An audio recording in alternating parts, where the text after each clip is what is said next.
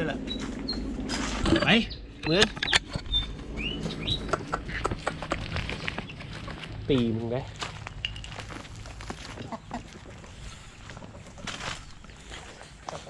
มาได้ตัวจิงโตเอ้ยมาไหมจิงโต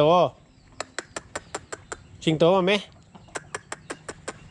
ว่าบ่ฟังเบ้อจิงโตมาไว้จิงโต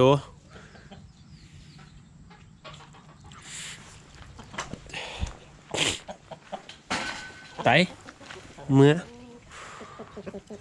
มากินขี้ไก่นี่ไปหน้าตามอมแหม่มเบิดละเจ้านะ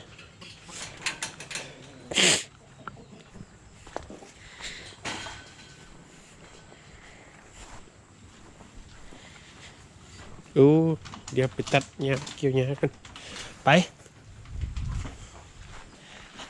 เกี่ยวเนี่ยให้กระต่ายกัน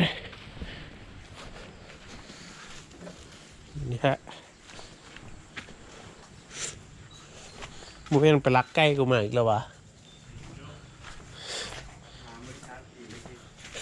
สามตีกูตัดหูมันเจาะหูเลยแหละ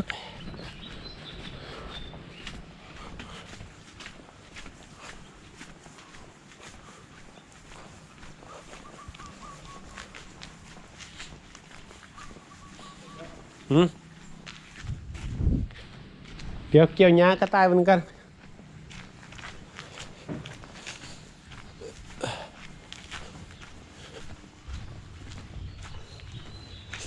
โอ้ยังเป็นหมอกอยู่ยังเป็นหมอกอยู่เลยสุดยอด